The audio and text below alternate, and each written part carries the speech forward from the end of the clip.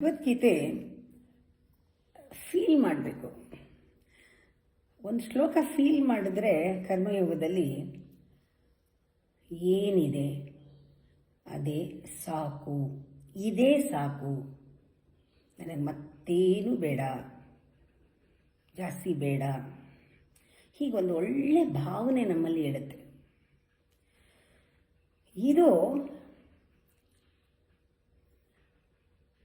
ಒಳ್ಳೆ ಯೋಚನೆ, ಇದಕ್ಕಿಂತ ಒಳ್ಳೆ ಯೋಚನೆ ಬೇರೆ ಇಲ್ಲ. ತೃಪ್ತ ಯೋಚನೆ ಇದು ಬಂದಾಗ ಎಲ್ಲ ಎಕ್ಸ್ಟ್ರಾ ಬರುತ್ತೆ, ಸರ್ಪ್ಲಸ್ ಬರುತ್ತೆ, ಬೋನಸ್ ಅಂತಲೇ ತಿಳ್ಕೊಬೇಕು. ಎಲ್ಲನೂ ಆ ರೀತಿ ಬರುತ್ತೆ, ಎಲ್ಲ ಒಳ್ಳೆಯದೇ ಜಾಸ್ತಿ ಬರುತ್ತೆ.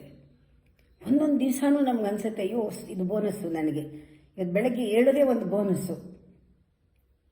ಇಲ್ಲಿ ಸದಾ ಅದು ಒಂದು ಬದುಕನ್ನು ಕೊಡುತ್ತೆ, ಲೈವ್ಲಿನೆಸ್ ಕೊಡುತ್ತೆ. ತೃಪ್ತ ಇದ್ದರೆ ನಾವೆಷ್ಟು ಅದೃಷ್ಟವಂತರು ಅನಿಸುತ್ತೆ. ಒಂದು ಗ್ರೇಟ್ ಅನುಭವ. ಭಗವದ್ಗೀತೆ ಒಂದೊಂದು ಶ್ಲೋಕನೂ ಹಾಗೆ ಆ ಕ್ಷಣದಲ್ಲಿ ಅಲ್ಲೇ ನಮ್ಮನ್ನು ಬಿಡಿಸಿ ಮುಕ್ತರನ್ನಾಗಿ ಮಾಡುತ್ತೆ. ಜೀವನ್ಮುಕ್ತಿಯೇ ಭಗವದ್ಗೀತೆ.